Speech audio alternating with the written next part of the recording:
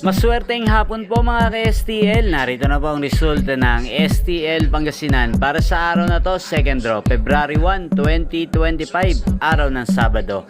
Naway ang mga natayaan niyo pong mga numero kanina ay manalo nawa ngayong hapong ito, 5 PM. Kaya't kunin niyo na po ang inyong mga tickets. Narito na po ang resulta. Ang mga numerong nanalo sa STL Pangasinan ngayong hapong ito, February 1, 2025. 5 PM, second draw result, 9 at 21 in exact order. Sa lahat po ng tumaya kanina sa STL Pangasinan para sa second draw ng 9 at 21, congrats po sa inyo, panalo po kayo.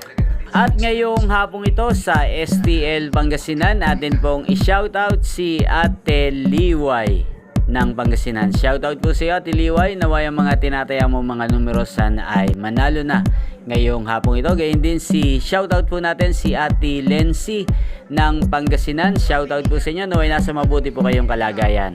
At sa lahat po ng mga taga Pangasinan dyan, especially sa aking mga subscribers na walang sawang nanonood sa channel na to, shoutout po sa inyo. Inyo pong napanood ang resulta ng STL Pangasinan sa channel na to, Roderick Hernandez TV.